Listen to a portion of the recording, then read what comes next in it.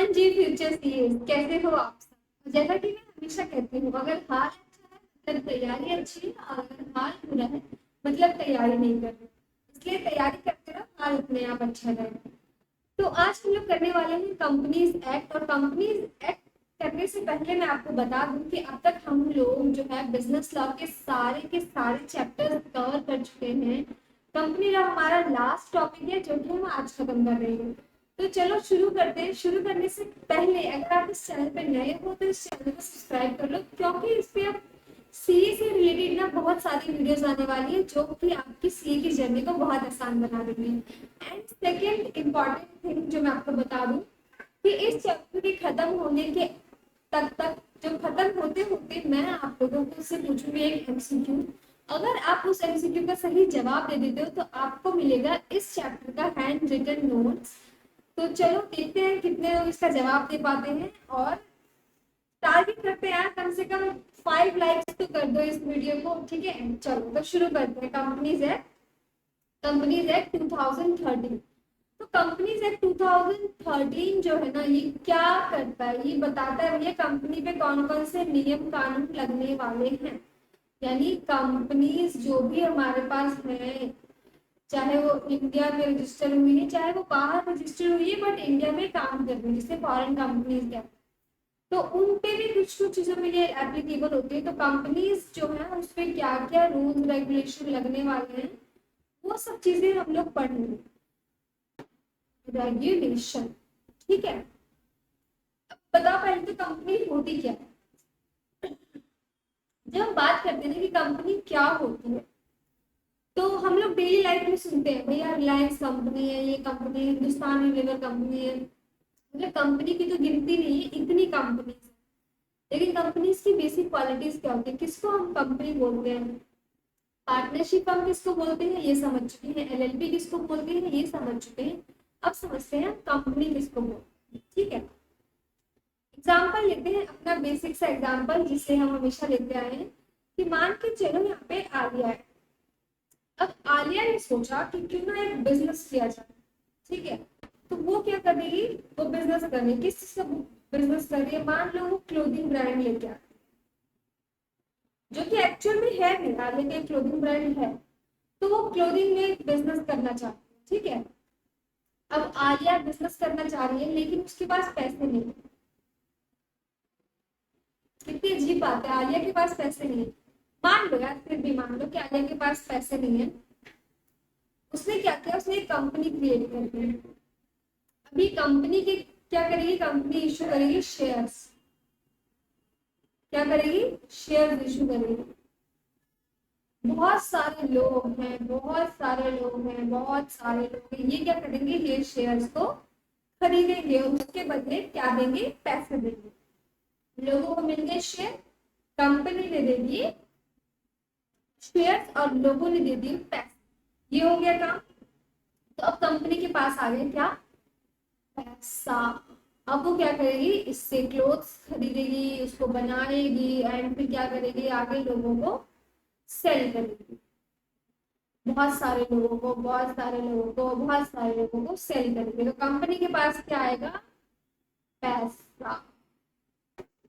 तो जो ये पैसा आएगा ना, और जो ये पैसा आया था, इस पैसे से ही पैसा बनता है। हम लोगों ने शुरू से सुना है भैया कि पैसे से ही पैसा बनता है। तो पैसा लिया लोगों से, सामान बनाया, वापस लोगों को बेचा, उनसे पैसा आ गया। इस तरीके से काम करती है कंपनी। अब जो ये पैसा लगाया था, वो लगाया था 100 रुपए, लेकिन जो बेच के कमाया है वो कमाया है 1000 रुपए। कितने का प्रॉफिट हो गया, 1000 रुपए की सेल, 100 रुपए लगाए थे, 900 रुपए का क्या हो गया, प्रॉफिट हो गया। अब ये प्रॉफिट क्या होगा, ये प्रॉफिट बढ़ जाएगा वापस किसमें, वापस बढ़ जाएगा लोगों में, कि भैया ये लो आपका प्रॉफिट। इसी को कहते हैं कंपनी। कितनी सरल भाषा में समझा दिया मैंने आपको कि कंपनी किसे कहते हैं, ठीक है। आजकल एक सीरियल चल रहा है बादल पे पाँव है, तो देखो उसमें भी ना यही कॉन्सेप्ट है। उसमें वो शेयर मार्केट में लड़की को पैसे लगाने का बहुत शौक चढ़ा रहता है, उसके घर वाले इसके बहुत अगेंस्ट होते हैं। तो ये सब चीजें होती होती है, उसमें भी बेसिक से नॉलेज लेनी होती है कि कैसे काम करते हैं। तो ये हो रहा है कंपनी। अब देखो जो ये कंपनी है ना, इसकी बेसिक एट्रीब्यूट्स क्या क्या हमें पता चले कि अगर मान के चलो कंपनी ने क्लोथ्स बनाए होते लेकिन नुकसान हो गया होता, कोई नहीं खरीदता, नुकसान हो गया, 100 रुपए की बजाय 0 रुपए आए वापस, तो लोगों में क्या बढ़ता? कुछ नहीं बढ़ता। क्या लोग कंपनी के पीछे बढ़ जाते हैं कि भैया मेरे को पैसा मैं पैसे देने मुझे वापस दो? नहीं, ऐसा नहीं होता। क्यों? क्योंकि कंपनी लोगों से अलग है, कंपनी एक सेपरेट लीगल एंटिटी है।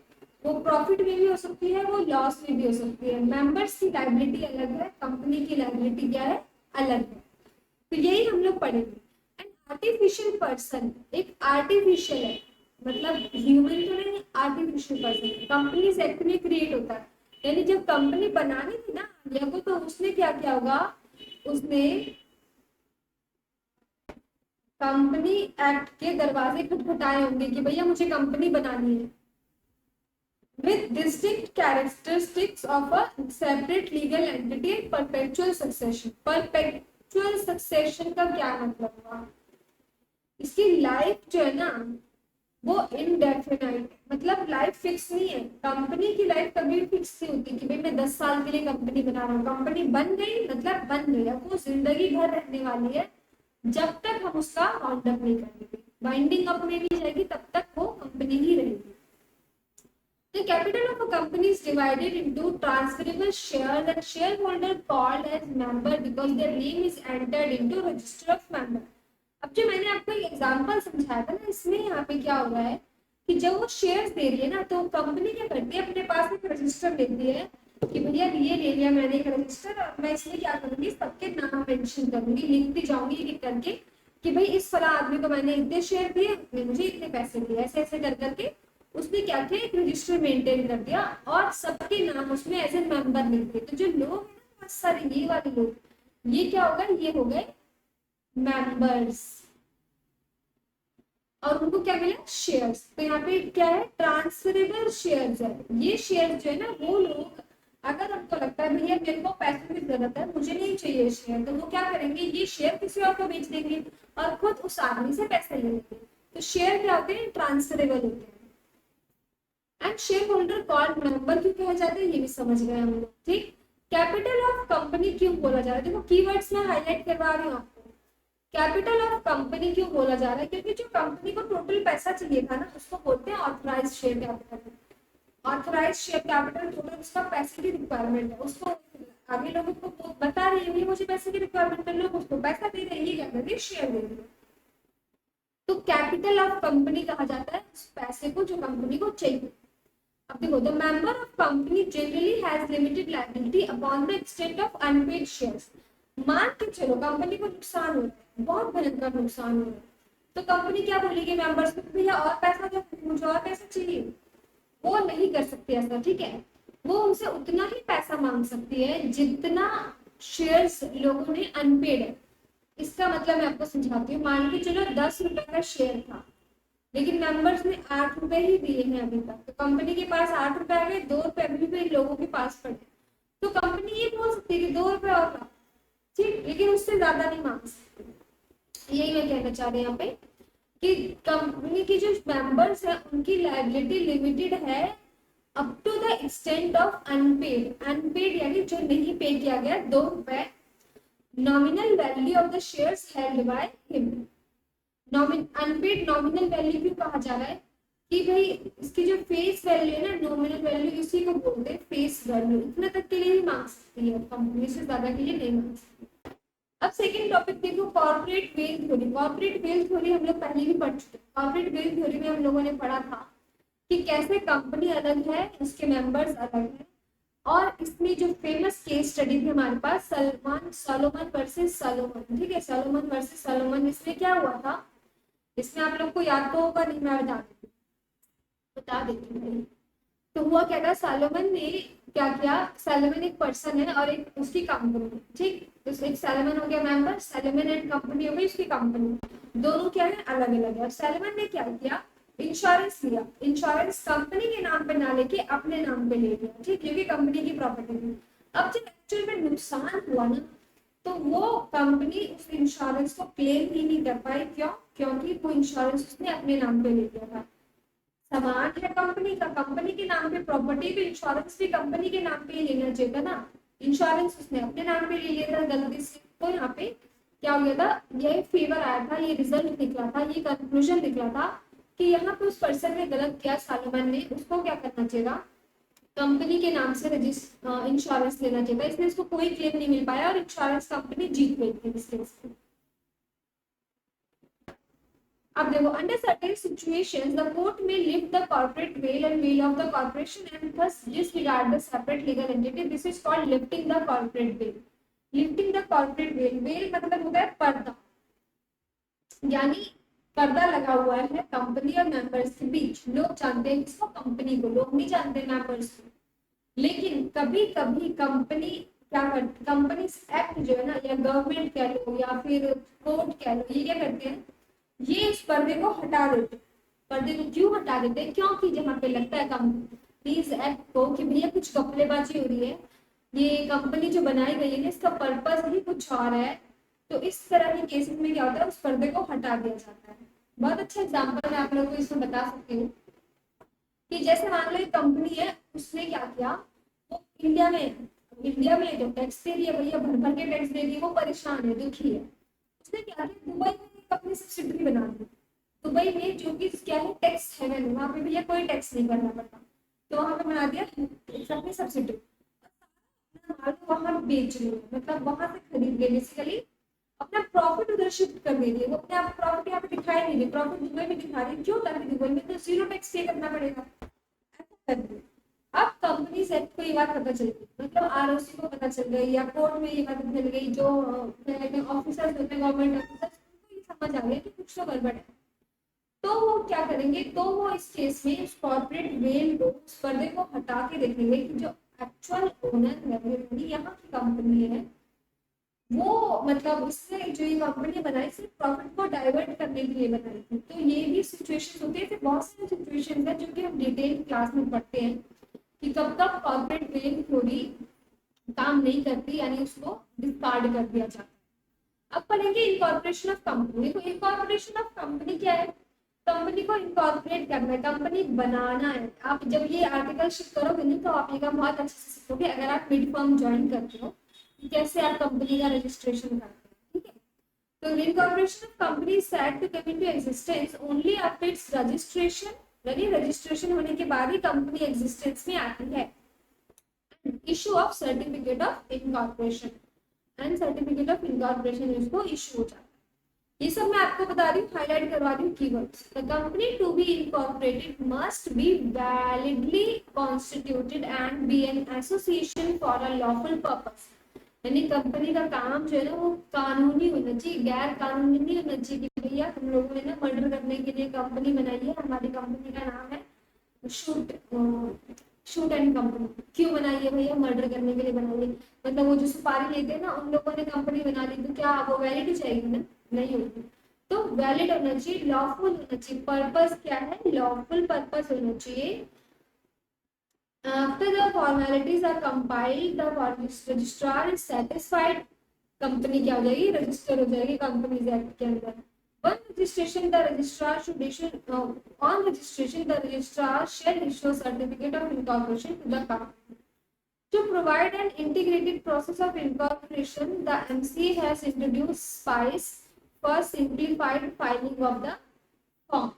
देखो स्पाइस जो है ना, ये कंपनी एक्ट ने इशू किया है, मतलब नया इनिशिएटिव लिया है, किस लिए, ताकि जो है एमसीए की जो फॉर्मेलिटीज है, मतलब इतने सारे डॉक्यूमेंटेशन होते हैं ना, वो सारे इजी हो जाए इसलिए।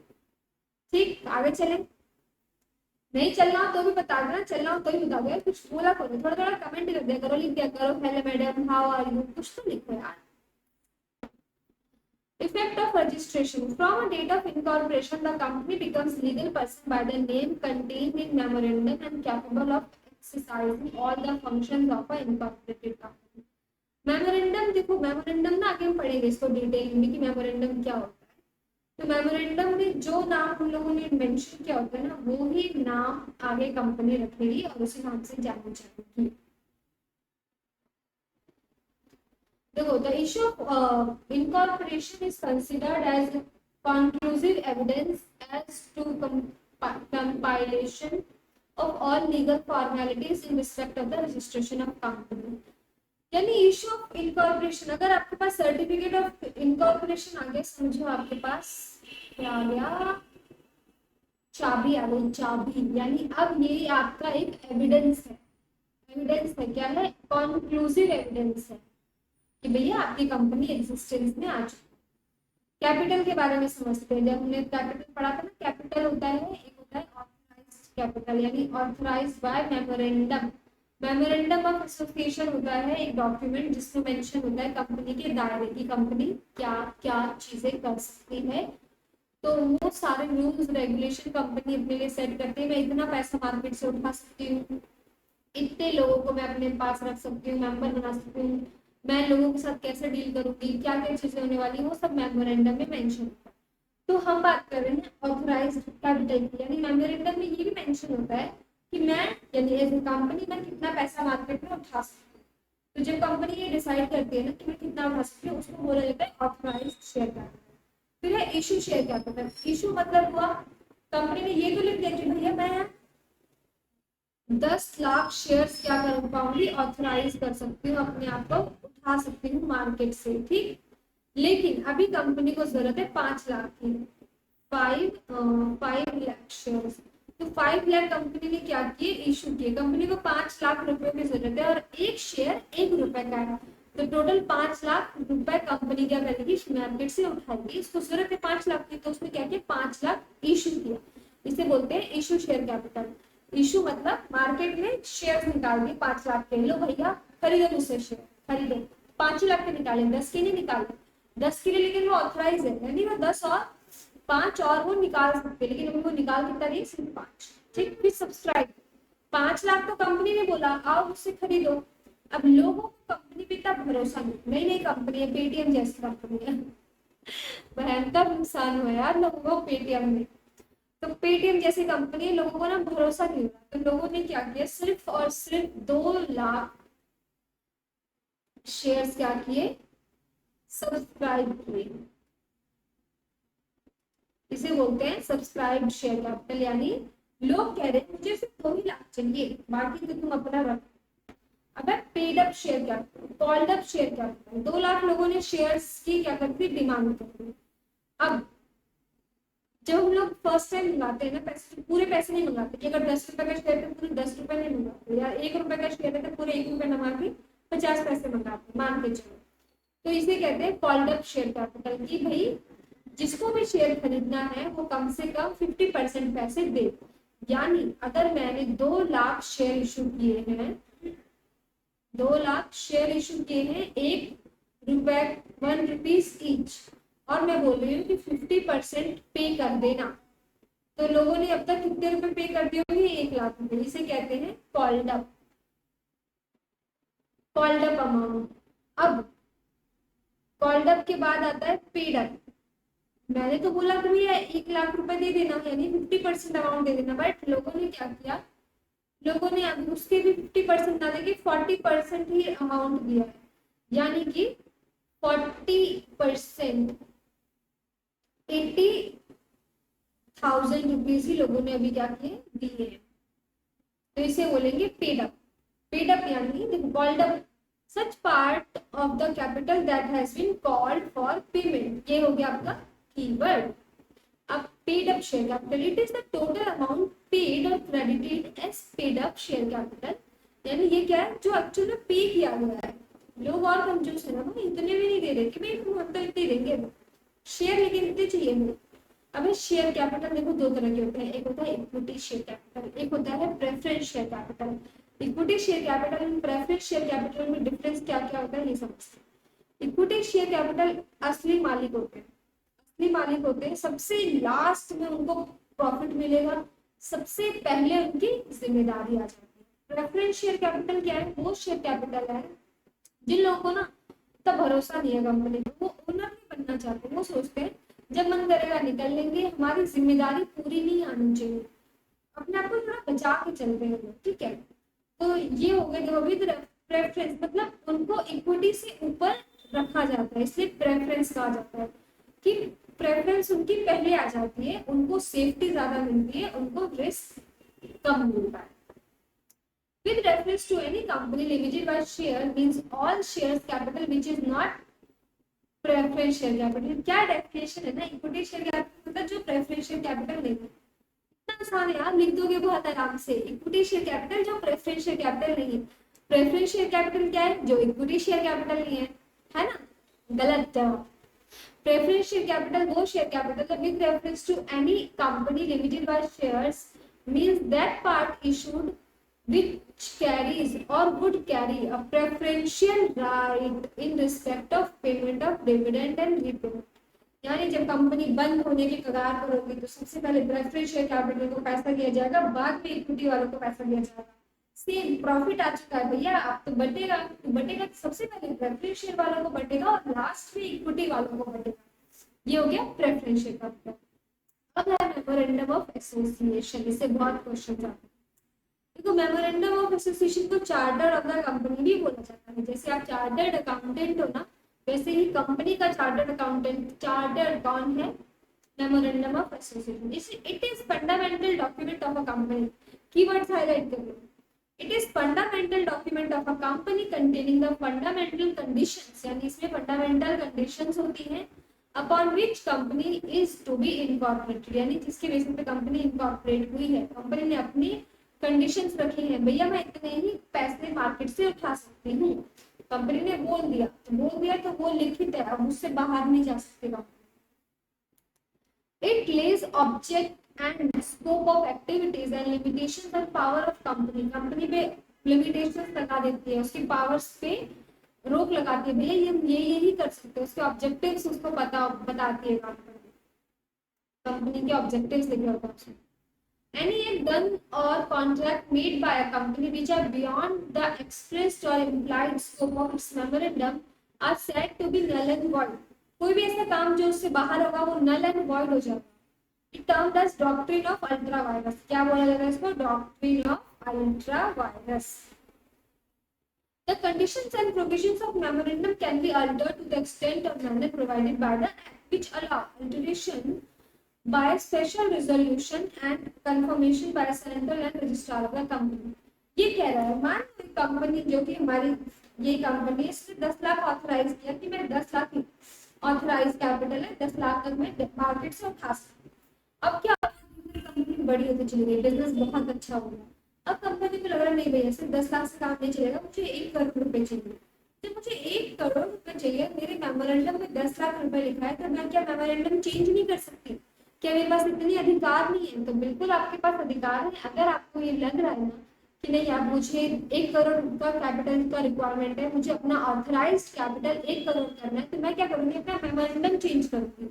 डायरेक्ट मार्केट से नहीं उठाऊंगी, पहले मेमोरेंडम चेंज करूंगी और फिर मार्केट से उठाऊंगी।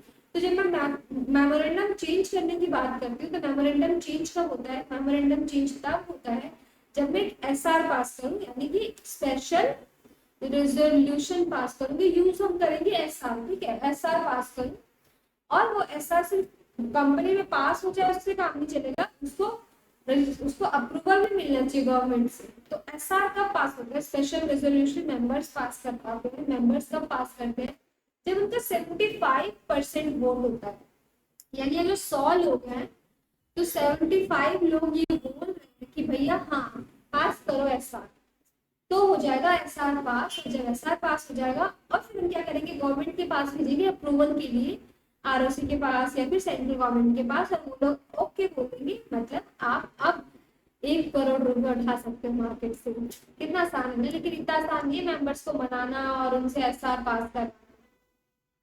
Article of association. Article of association क्या होता है? मेमोरेंडम ऑफ एसोसिएशन देख लिया, अब आर्टिकल ऑफ एसोसिएशन क्या होता है? डॉक्यूमेंट कंटेनिंग रूल रेगुलेशन और बायलॉज ऑफ द कंपनी। यानी इसमें क्या है? Rules regulation. जो आर्टिकल ऑफ एसोसिएशन है ना वो इंटरनल डॉक्यूमेंट है, मेमोरेंडम ऑफ एसोसिएशन क्या है? एक्सटर्नल डॉक्यूमेंट है। वो हमने बाहर वालों को दिखा रखा है, भैया देखो ये चीजें हैं, ताकि जब वो हमारे साथ डील कर सके, जब कोई बाहर की कंपनी हमारी कंपनी के साथ कॉन्ट्रैक्ट कर सके, तो वो हमारा मेमोरेंडम देखेगी कि क्या हम जो कॉन्ट्रैक्ट कर रहे हैं वो हमारे स्कोप में है या नहीं। ठीक, लेकिन कंपनी को अंदर में कैसे चलाना है, उसके एम्प्लॉयज को कैसे मैनेज करना है, सैलरी क्या देनी है, कैसे हम लोग आपस में डील करेंगे, अंदर इंटरनल पॉलिसीज के लिए क्या बनाया जाता है, आर्टिकल ऑफ एसोसिएशन बनाया जाता है. It lays down form in which business of company is to be carried on. It also lays down the power of directors and officers. Director and officer के powers भी बताती है, पता चले यही लोग कंपनी को उड़ा लेंगे. And thus forming the basis of contract between company members and between the members inter se, यानी आपस में अंदर ही अंदर काम कैसे होगा उसकी बात बताता है. Every company has an absolute power to alter its article of association by special resolution subject to provision of Companies Act, memorandum of the company. इसमें भी ऐसा बात करके चेंजेस हो जाते हैं. डॉक्ट्रिन ऑफ कंस्ट्रक्टिव नोटिस क्या कहता है?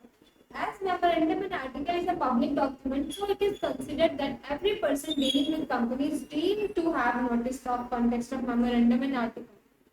It is presumed that the person have not only read this document but also understood this properly.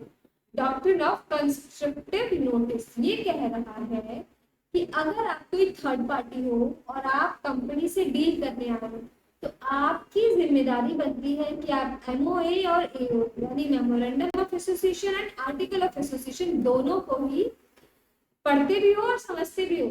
सिर्फ पढ़ोगे तो फिर समझो, सिर्फ पढ़ा होना काफी नहीं है, मतलब पढ़ा भी होना चाहिए और समझा हुआ भी होना चाहिए. ये एज्यूम कर लिया जाएगा अगर आप कंपनी के साथ डील कर रहे हो, क्योंकि ये पब्लिक डॉक्यूमेंट है.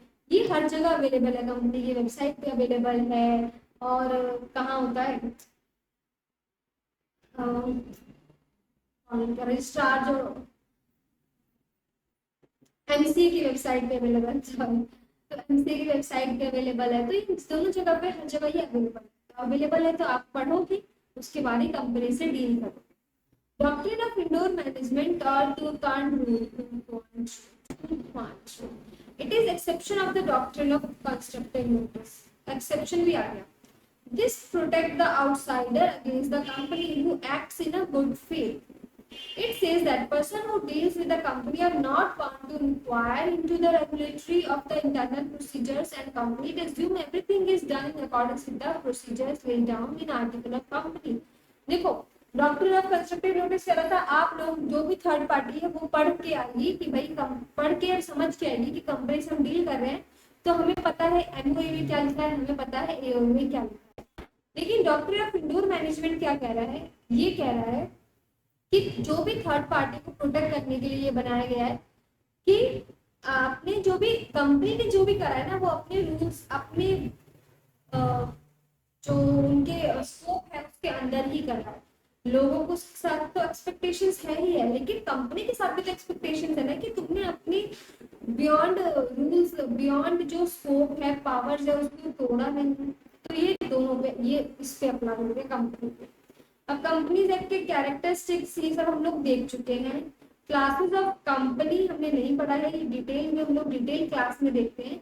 तो अगर आपको डिटेल क्लास में लेनी हो ना तो आप इस नंबर पे इंक्वायरी कर सकते हैं. फिर बाकी सारी चीजें हम लोग डिटेल क्लास में पढ़ते हैं. मेमोरेंडम पढ़ लिया, आर्टिकल एसोसिएशन हम लोगों ने देख लिया. अब आ रही है एमसीक्यू की. एमसीक्यू हम लोग पढ़ेंगे. तो which of the following document is called chartered of the company. First हो गया एमओए, सेकंड हो गया एओए, थर्ड हो गया इनकॉर्पोरेशन सर्टिफिकेट. तो विच ओवर इज द करेक्ट, आप लोग को ये चीज मुझे बताना है.